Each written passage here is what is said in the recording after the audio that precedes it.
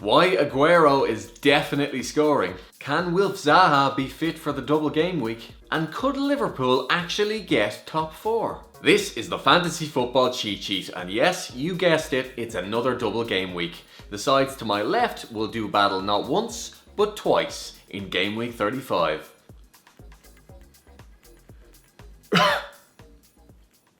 The treatment room. Okay, what's the story regarding injuries for game week 35?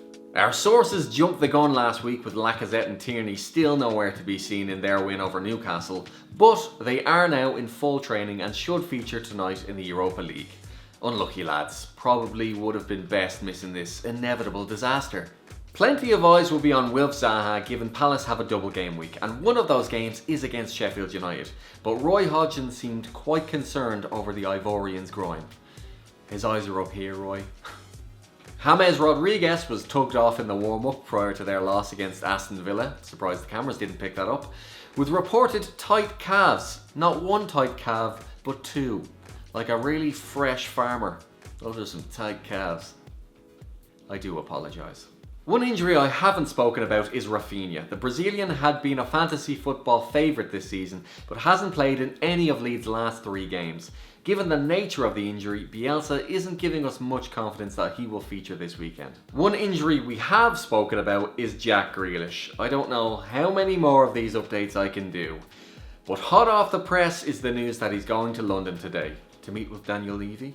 Have dinner on the Thames? No, it's of course to see a specialist for his ongoing shin issue. He could pay me a few £1,000s to tell him where bigger shinnies. I'll do it. Key fixtures. Man City v Chelsea. Likely to be much changed from the sides we saw during the week in Europe. Their previous Premier League starting 11s will be a good basis to go from when predicting the starting 11s this weekend. This is a meeting of first and third in the current form standings. The Blues need to keep momentum with them just 3 points above West Ham in the race for 4th.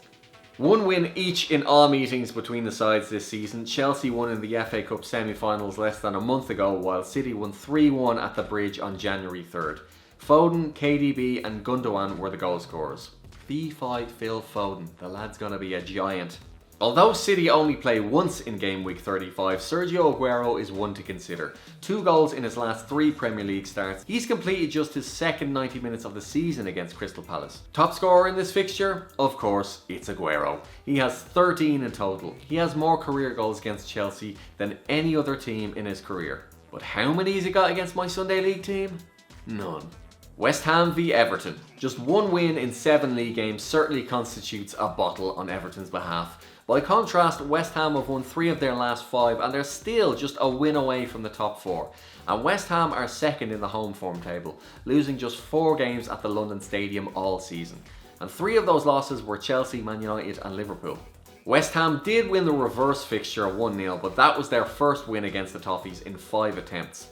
So some would say it's a sticky fixture for them. Everton do have a double game week, which leads to an inevitable toss-up between Richarlison and Calvert-Lewin. It's no goals in 7 for the Brazilian, who surprisingly only has 6 league goals in total. DCL's record isn't much better, but he did score at the weekend and already has a hat-trick against the Hammers this season in the 4th round of the FA Cup. Declan Rice did play centre half that day though. And snakes can't move that quick. Just like Aguero, it could be time to jump on Mikel Antonio while he's fit. Not literally, that would be really bad for his recovery. A brace against Burnley moves him onto 9 league goals for the season, which is pretty much a goal every other start. Liverpool v Southampton. The Van Dijk, Oxlade-Chamberlain, Mane, Lovren, Lallana, Klein, Minamino, Ricky Lambert derby. Yep, that's what Sky will be calling it, mark my words. Just like their Merseyside rivals, game week 35 is also last chance territory for Liverpool. Win their game in hand and they will move ahead of Spurs, just 4 points off 4th place. If Chelsea lose to City, and the Blues already have half an eye on Europe, top 4 is not as far off as it seems. They've definitely got a chance. Why is definitely spelled like that? Who wrote this script? Wait a minute. Detective Buckles, it was me all along. Blimey, didn't see that coming, did ya? It's 3 wins in 21 games for Southampton. They are the perfect end of season opposition with pretty much nothing to play for. Southampton won the reverse fixture 1-0, but it was 6 consecutive wins for Liverpool prior to that. And the star in that 1-0, Danny Ings, won't be featuring on Saturday. Transfers in. Wilf Zaha. If you're a risk taker like myself, then Wilf Zaha's injury concerns won't bother you.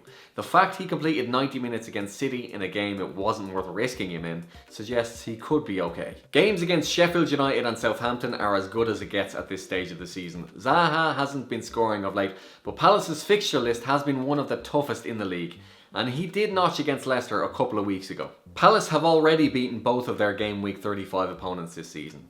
Zaha got the only goal against Southampton in game week 1. Palace don't have anything to play for, but Zaha does. Could this be the summer he finally gets a big move? Pierre-Emerick Aubameyang. With Lacazette still returning to full fitness, Arsenal will be turning to their skipper Aubameyang to be their main goal threat. It was a goal and an assist in his first game back from malaria at the weekend, and he played down the middle as well. That's the last time I complain about a cold. Arsenal are at home to West Brom in the first of their 2 games this week, whom they've already beaten 4-0 this season. Jamie Vardy. Despite what seems like pretty much the entire fantasy football world having Iheanacho on their sides, we're going with the old boy Jamie Vardy for this game week. Move aside, Ian. Oh, that's one word. I've been hearing that totally wrong.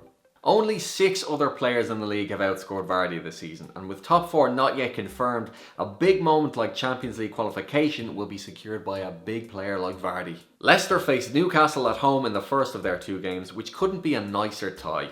They have 3 wins in a row against them, and Newcastle have just 2 wins in their previous 12 away Premier League games. Predicted 11s. Alright, so you're up to speed with who's available. Let's get some predicted lineups coming your way.